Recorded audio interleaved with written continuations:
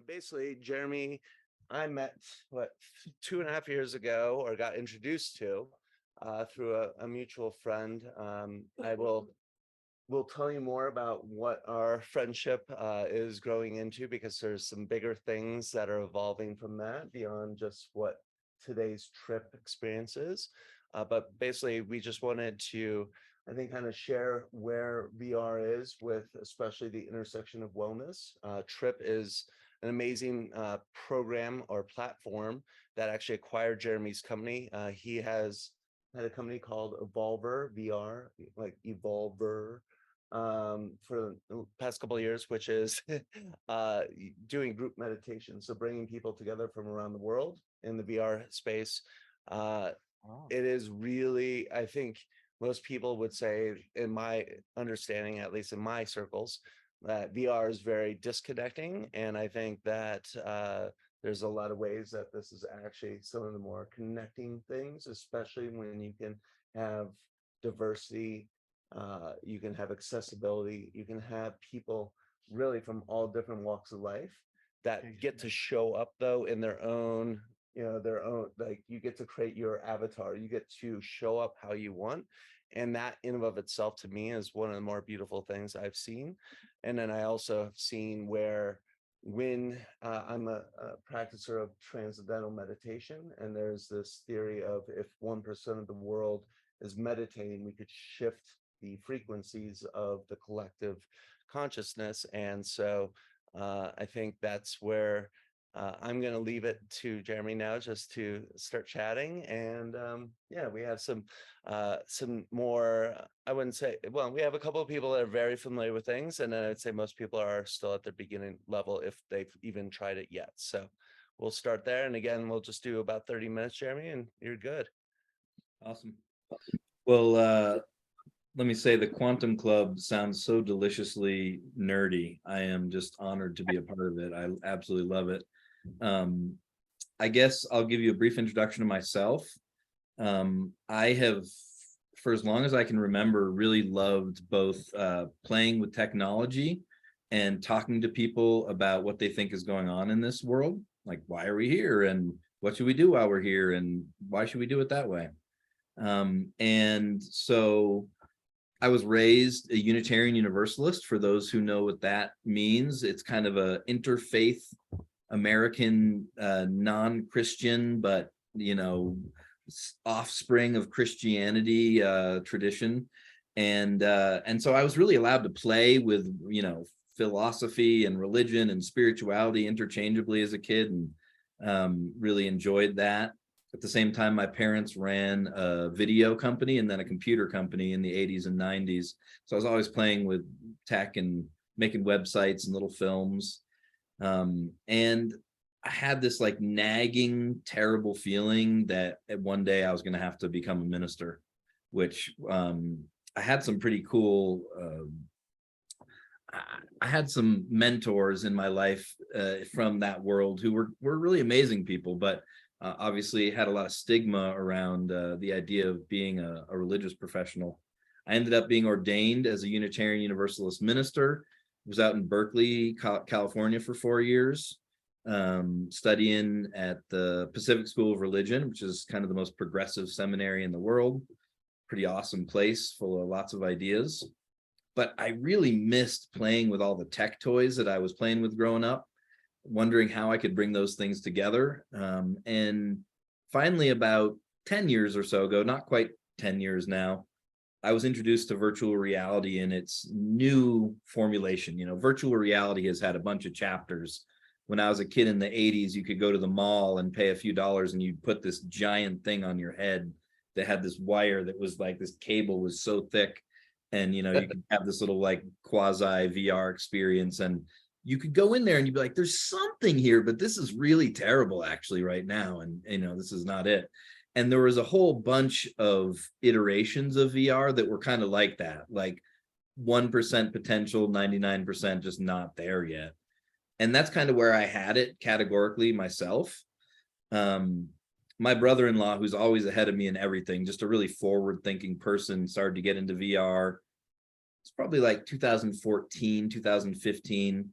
right when this new generation of VR headsets was being created, when someone realized you could take mobile phones and hack them into a semi-serviceable headset. And so, at this point now, Facebook bought that technology, and they've been focusing on building out, for better or for worse, a lot of the VR world ever since then.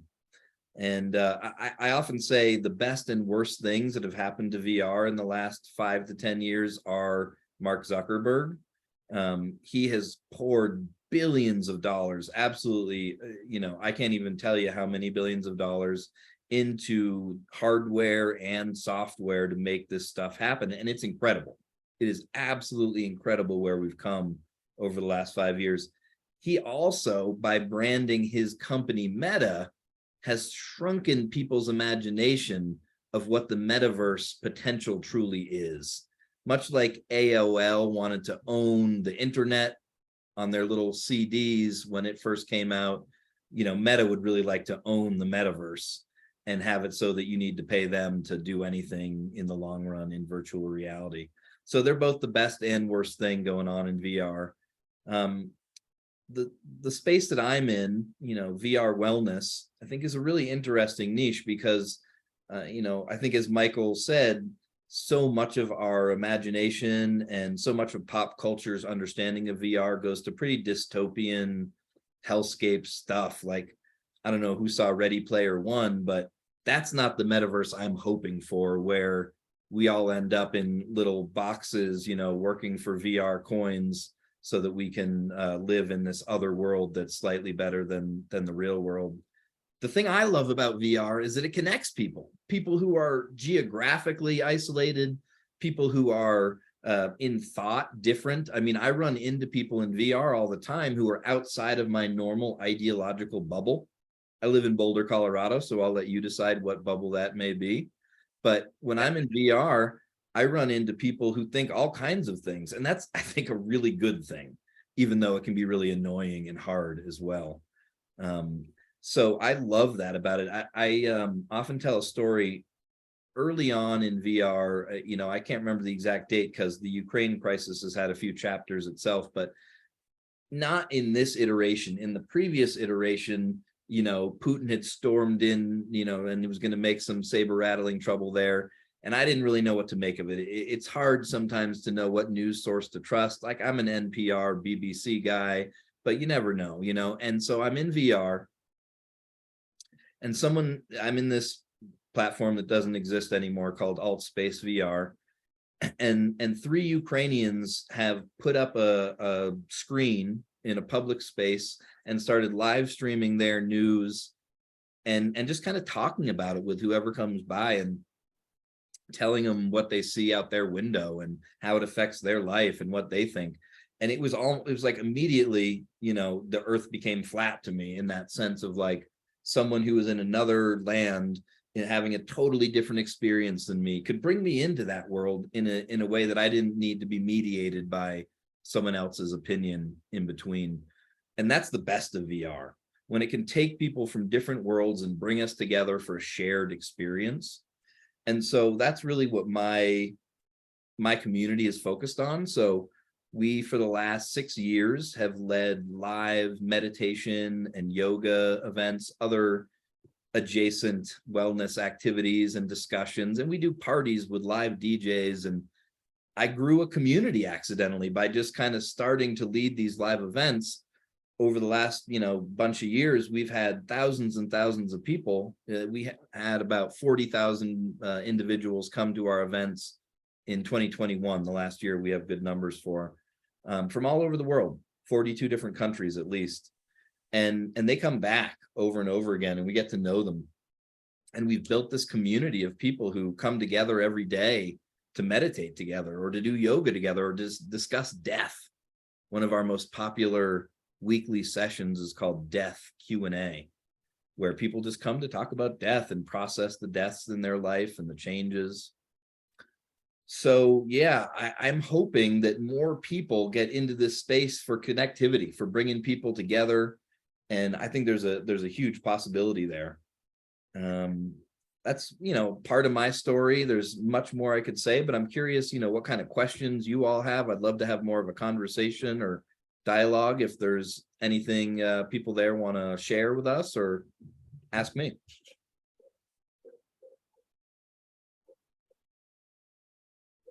So I have one for you, Jeremy. So when you go into these group coherent, like, so I've seen some of the new product that you guys are releasing, especially in this more community space. And when you get these amount of a decent size of people, you guys are actually breaking them into smaller groups. So there is still these more coherent groups, because I think also most people, I would think, assume like, wow, there's okay, what, 40,000 people, or even 1,000, or even 100 people. That's too many. We only have certain capacity to engage. So you guys are still truncating that down. I'd love to hear just a little bit more about the process of how you guys have evolved your groups. Sure. So we have about 25 public facing free live events every week, and they vary in popularity depending on time and session leader. We've got 12 different session leaders around the world leading these events. People come in avatar form. They build their avatar. We're on lots of different platforms, so they build their avatar depending on that platform, and come into our event just like you would in real life. Come into the Zen Den for an experience, and you look around the room and you see there's people in there with you, and there's someone up front, and we do an introduction, people check in, we have a program. But like Michael's saying, we have some events, like recently we had an event that had almost 1,500 people show up. So what we do is we shard the event out into little rooms of 50 people. So no one's in a room with more than 49 other people, which we think is a nice number. Sometimes we actually do less. We'll do 30 as the total in each room, depending on what we're trying to accomplish. But me, or whoever the speaker or presenter is in front of every single one of the rooms, however many rooms we need to make that event possible, depending on how many show up. So you have this little intimate experience, but lots of people are having it with you. And sometimes we can even mix up those spaces, right? So you go in with one group and you spend the first 20 minutes with that small group processing in a certain way, and then we can mix that up so you're with a different set of people from that larger group. So yeah, it's really interesting to kind of learn how to play with those dynamics. Some people, they really just want to be with the people that they're with. They like to check in every time with the same people and make sure that they can ask, David, how's your wife doing? Or whatever it is, really follow up. So how do you make sure that there's some randomness to how people get put into rooms, but how do you make sure that people have some agency in that too, so that they feel like they can really get that community social need met? So we're really at the infancy of playing with all that and figuring out how to do it best, but it's a lot of fun just to be able to kind of, I did community building in physical reality for the first decade or two of my life, and there's certain limitations. When you have a hall booked and it can fit 100 people, if 200 people show up, you've got a problem. In VR, we just add 2 more rooms, boom, just like that. And we can purpose build spaces. So let me tell you another thing that I know Michael knows. Every Friday we do an event called the Overview Effect, and I don't want to say too much about it because we're going to do another Zen Den experience where I take whoever would like to on this Overview Effect experience. The Overview Effect is the idea that maybe Michael's talked to many of you about this before because he's quite passionate about it as well, but it's the idea that when humans see the earth from above, something changes in our brains. Something is permanently rewired so that we come back to earth as different people, literally more socially conscious, more connected, and realizing that, all of our destinies are mutually tied up together. So we've built, we can't all go to outer space, unfortunately. I would really love to, but it's not going to happen in my lifetime that we're all doing that. But we've created a VR experience where we bring people in a simulated environment from the surface of planet Earth up to about the height of the International Space Station. And by the end of it, you're looking down at planet Earth, this beautiful planet Earth, dynamic, weather systems and aurora borealis shimmering in the north. And you're meditating with people that you can see around the earth in a circle who are from all over the world. They checked in earlier, and this person's from Japan, and this person's from France, and this person's from Australia. And you're all floating around the earth. We do at the end often a meditation on loving kindness, just sending our love down to the earth, and you visualize it, and we show it to you in VR, and it's amazing. So, I'm a big fan of the Buddha. I don't call myself a Buddhist. I'm just not that disciplined, but I love the guy. I love his teachings. And I feel like I'm lucky that I can take this technology that he so brilliantly, was able to articulate for us all those years ago into a new space and do new things with it that we've never been able to do before. Meditations in outer space, among many other things. So we're trying to take meditation to new places, and we're trying to take people into meditation that generally don't go there. A lot of gamers who know they need meditation, but just never know how to find it. And that's kind of the intersection of our community. Yeah, what I love too is just the synergistic thing that at least especially with the transformational technology that we have in the Zen Den, where we can create these glimpses of a different reality, whether it's psychedelics without the plant medicine or the substance. When you can give people just that little bit of glimpse, and I think especially post-pandemic, we're very aware of our isolation, we're very aware of our need for connection.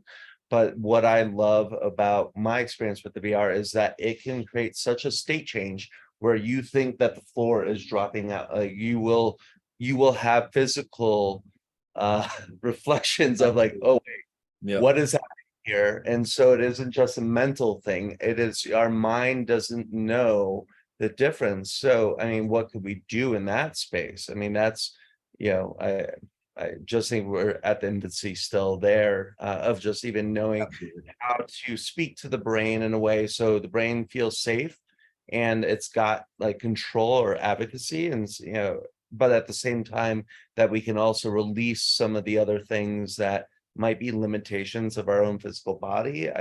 This could go into therapy, I would assume. I would lots of therapy potential here, huge. And lot of PTSD. Well, I mean, I think that's a huge avenue, and a lot of people are running down it. There's a lot of work that the government has been doing specifically with PTSD, and really working with people's trauma from, war, moral injury from war, and trauma that they can work out in VR in really unique ways. We have a treatment plan that we're working on that involves plant medicine and VR to help people in therapy for trauma and anxiety. So, I mean, the sky's the limit. There's so much that can be done. There's a guy named Jeremy Bailenson who works out of Stanford. He's got a lab called the Human Interactions Lab. And if you want to just go down a rabbit hole, just Google the Human Interactions Lab in Stanford and just check out the amazing VR experiments that they're working on. It'll blow your mind. I don't even have enough time to get into any of them, but just a lot there. I want to open it back up, see if there's any other questions or. I have a very basic question. I mean, how do people find you? They have to download the app and then they find a schedule and choose which events they want to attend live? Yeah, so we have an app called TRIPP, TRIPP, and that's, if they search for wellness or meditation, we're the #1 wellness and meditation app. So people find us through the App Store, the Oculus App Store. But also what I specifically do is lead these live events on other platforms all around the metaverse. So just to name a few: Rec Room, VR Chat, Engage, Horizon Worlds. We have live events in all these other platforms. So even if you go in to do other stuff in social VR, we hope you'll run into us and our community in these other spaces, find our free classes, keep coming to those, and add the TRIPP app to your daily wellness practice. But we don't do a whole lot of advertising at this point because so many people in the world don't have a VR headset yet. It would just be kind of throwing money into the wind. So yeah, for the most part, we let people discover us. We do a little bit of social media advertising, but but not really that much. Yeah, and I think that's one of my favorite parts was that you can actually go into these other, like, just, I mean, they're self-created worlds, VR chat and these ones, like you can go into rooms that like it's somebody's house and you can just have conversations with, different people there because it's a very serene place, or somebody's inviting you there, or you can go into these portals that take you pretty much anywhere. So again, the mind's the limit there. But the nice thing I think that they've done is that they create these micro worlds that are similar, indicative to the platform TRIPP, but that are kind of a foundation so people can kind of come together without this whole, I need to download this app and this whole other thing. Got it. So there's a lot, that's where I think that there's also just a nice part that they're not limiting it to only purchase, provide, subscribers or whatnot. You have the demo that you can, obviously check out, or down, you guys have access to the coupons that Jeremy was so kind to hook up for us. Yeah, But glad to hear those. Absolutely. But the part where it is that you will, the diversity is what I think is also really special, is that you can find yourself, especially in these more ecosystems that are already created in ways that they don't even, that it's bringing lots of worlds together in real time. So it's like the multiverses all coming together, and that's really what these are it's a portal to all these multiverse places that you can go into these different universes, and they're just one of those nodes in that branch. And then with their platform TRIPP, they go much more into building a program of meditation and building discipline, and you can see your breath coming in and out. I mean, it gets quite magical. Yeah, I mean, I would guess that 2/3 of the stuff going on in VR are video games. That's just a guess. I don't know for sure. And then the next third, most of the next third is what they call social VR. And these are just platforms like Michael's talking about, where anyone can go on for free and start building worlds, hosting events, and people just hang out in these places. You don't necessarily go to do something. You go to see people, and then maybe they'll bring you to show their world to you, and they'll tell you about an event tomorrow that you want to check out there. And so we like to think of ourselves as a sanctuary in the metaverse. So if someone shows up anywhere on a social VR platform and they're there to do whatever, hang out with their friends or just play and explore, they could also run into us there and say, well, that's a nice, safe, comfortable way for me to start my VR journey here. I'll probably meet some, really kind people, some thoughtful people, and they come to a meditation event. And so many people tell us later that their first VR event on any specific social VR platform was one of our events for that exact reason. They get intimidated. They show up to this platform, they don't know how to start, and meditation seems like a comfortable place.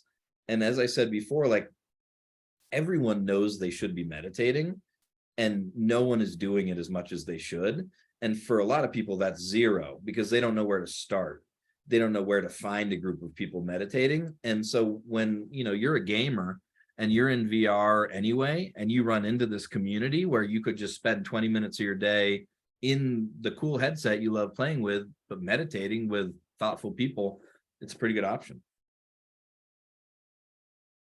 Well, I know we're kind of coming up on time, and I'm going to allow things to still percolate. So there's some really juicy questions next month when we continue this. But I would love, if you wouldn't mind, just discussing, just because I know there's some facilitators here, and I would assume that there's some percolation of like, ooh, what would that look like to get involved from more of a facilitation side? And Yeah, I would encourage anyone who's into looking into that to just start showing up at some of our events. Best way to see if you're a good fit is to see if you enjoy what we're already doing. I always ask people to take what we're doing in their own direction, but at first, just come stop in on some of our events. And if it seems like you'd be interested in it, definitely be in touch. We're always looking for new facilitators, people who can lead meditation, but other, spiritual technologies as well.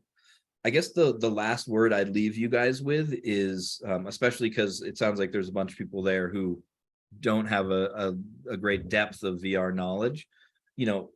I assumed a lot about what I'd find in VR, and I assumed it would be a lot of bullshit. Like, you can be anyone in VR. So why be yourself? You know, you can show up as the person you wish you were, or whatever. And I'm sure there's some of that. There's definitely, you know, some of that. But for the vast majority of people who show up, another phenomenon occurs. My boss has coined a term for it. Her name is Nanea Reeves. She's a brilliant woman, and she coined the term digital veil. The idea that it's like when you're in VR and you've built this avatar, you feel like you're there. And, you know, these bodies, like we believe these are our real true selves, but I don't know how much that's actually the case.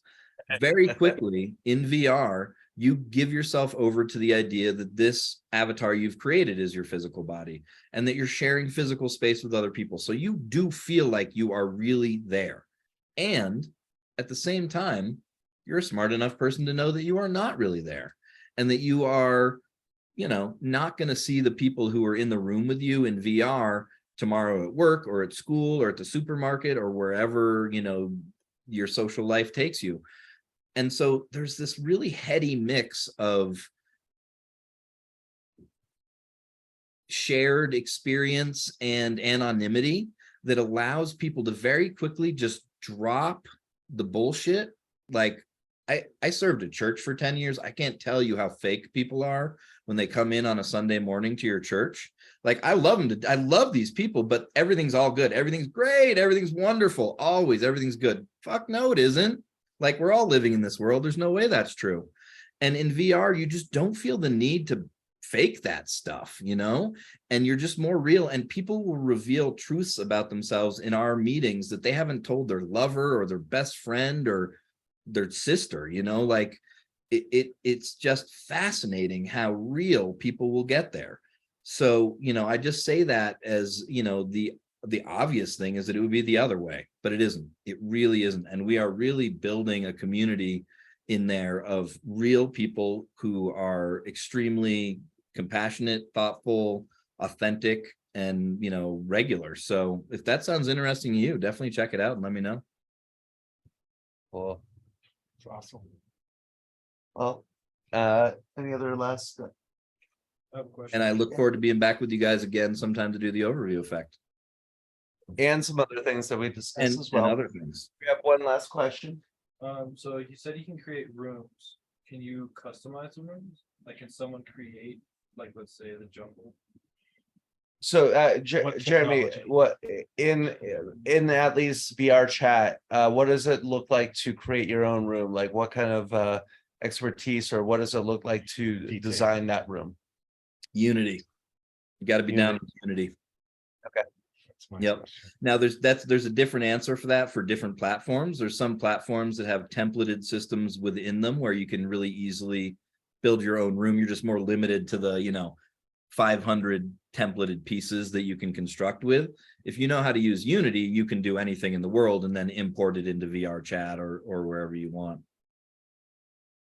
Yeah, and I would say that's probably what I love that you did bring into the picture as well, is that this is still everybody's game. We all have something to contribute, and I heard that kind of call to action of like, surprise me, show me something different, because we can all say, oh, you know, these standard things, but it's the intersections I find now that really like can light it up in ways that can create more accessibility and understanding from our own lens of experience, and then into, oh, but now I'm in a different world. Is this actually so foreign that I thought it was, or is it actually more similar to something that, like, then I actually just blow up the bridge already, just as, or the divide, because I'm like, wow, we really are at the same place, just talking two different perspectives. Yep. All that. Cool. All right, my friend. Well, appreciate you. Get back to the family, and I look forward to connecting with you again soon. But I appreciate your time tonight. Thank You you. bet. Thank you. Talk soon. Thanks all.